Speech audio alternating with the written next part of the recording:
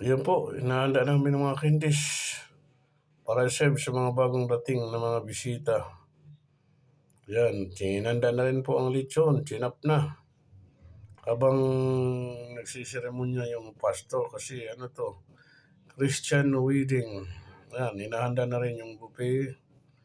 Naghahanda na sila ng mga para pag ano, hindi na kami magmamadali sa pagkain. Sa pagpapakain, ayan, na-chop.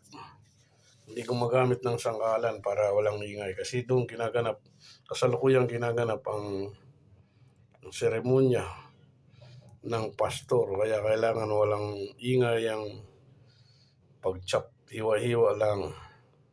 Yan. Sarap ng balat, malutong. At yan na po ang mga pagkain ng mga ninong at nina, naka-plated na. Isi-serve na lang ng mga waiters. Yan na, fish fillet, chicken cordon bleu, tsaka fried chicken.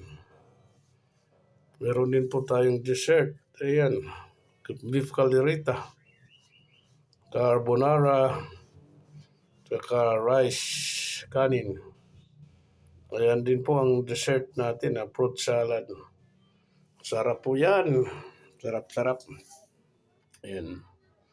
Hinahanda na rin para nakadampot na lang sila dyan ng ano.